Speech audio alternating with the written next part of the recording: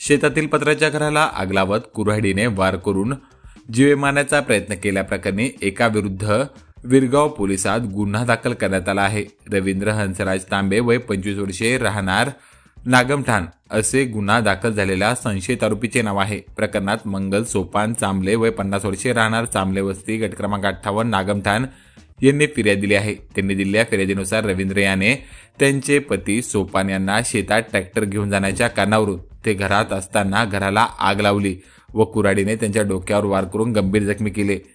या घटनेत फिर्यादी यांचे पती सोपान हे गंभीर जखमी झाले। यानंतर आरोपीने फिर्यादीच्या डोक्यात कुऱ्हाडीचा वार केला, मात्र फिर्यादीने तो हुकविला, मात्र त्यांच्या उजव्या हाताला तो वार लागला।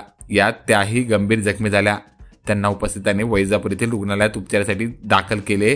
तेथे प्राथमिक उपचार करून अधिक उपचारासाठी छत्रपती संभाजीनगर येथील घाटी रुग्णालयात त्यांना हलवण्यात आले।